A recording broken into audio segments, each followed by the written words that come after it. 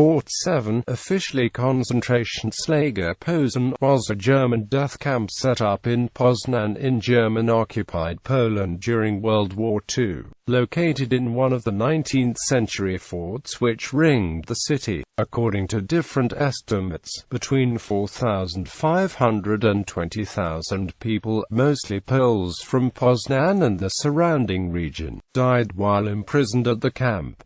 Site and establishment. Fort VII was one of the ring of defensive forts built around the perimeter of Poznań by the Prussian authorities in the late 19th century, in the second stage of the Festung Posen scheme. It was built in 1876 to 1880. It stands in the western part of the city, on today's Polska in the Ogrody neighborhood part of Jezice district. In the interwar period it was used for storage purposes. Following the German invasion of Poland in September 1939, Fort VII was chosen as the site of the first concentration camp in occupied Poland, called Konzentrationslager Posen. It was probably created by decision of the Reichsstatthalter of the Poznań region, Arthur Greiser. It began functioning at some time around October 1939. The prisoners were mostly Poles from the Wielkopolska region. Many were representatives of the region's intelligentsia, often people who had been engaged in social and political life, as well as known Polish patriots and veterans of the Wielkopolska uprising and Silesian uprisings.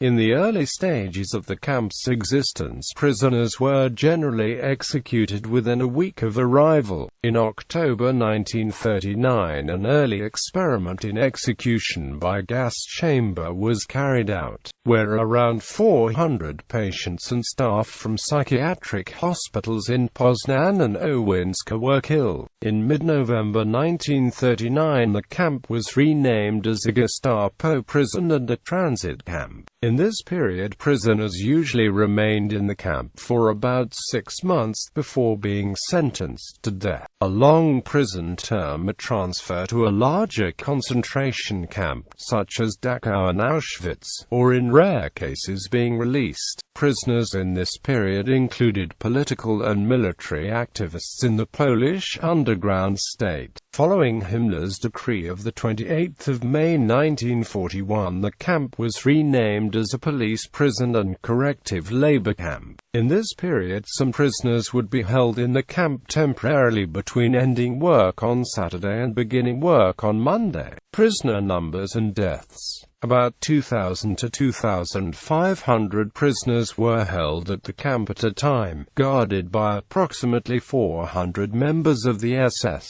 There were 27 cells for men and 3 for women. According to conservative estimates, a total of 18,000 people passed through the camp, of whom 4,500 died. Other estimates put the total number of prisoners as high as 45,000, and the number of deaths at around 20,000. Deaths were due either to execution, mistreatment or torture, or disease. The prison's documentation was destroyed near the end of the war. According to reports submitted by the prison to the Registrar of Deaths, the official number of prisoners who died at Fort VII was 479, as well as Poles. Prisoners included some citizens of other countries, including the United Kingdom, France, the Soviet Union and Yugoslavia, as well as some Germans. On 20 October 1939, the first Jewish victims from Posen, Benno Rindfleisch and Julius Dachau, were shot at Fort VII. Several more Jews were shot in the same month, in Poznań and in nearby Konzentrationslager, but the majority of the Jewish Posen population was transported to the Lublin district, most likely ultimately perishing at Belzec Sobibor. Conditions. Fort VII was known among prisoners as a particularly harsh camp, partly because of the high ratio of guards to prisoners. Prisoners lived in cramped, dark, damp and cold conditions.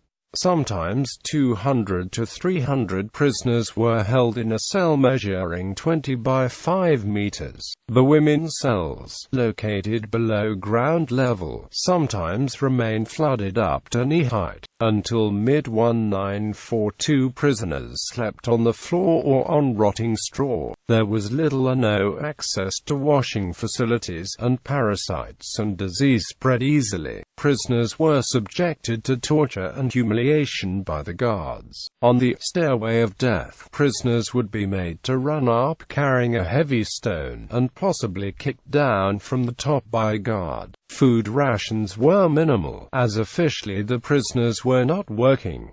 However, some of them were made to work in unofficial workshops. Only one prisoner is known to have escaped. Marian Schlegel, thanks to his work, was able to identify a time when the camp was less well guarded, and took the opportunity to abscond. Witness accounts speak of 7 to 9 executions by shooting a day, as well as mass hangings, and shootings of larger groups away from the fort itself. There were 2 typhus epidemics, each of which killed about 80% of the prisoners held at the time. Many prisoners also died after being taken to other concentration camps.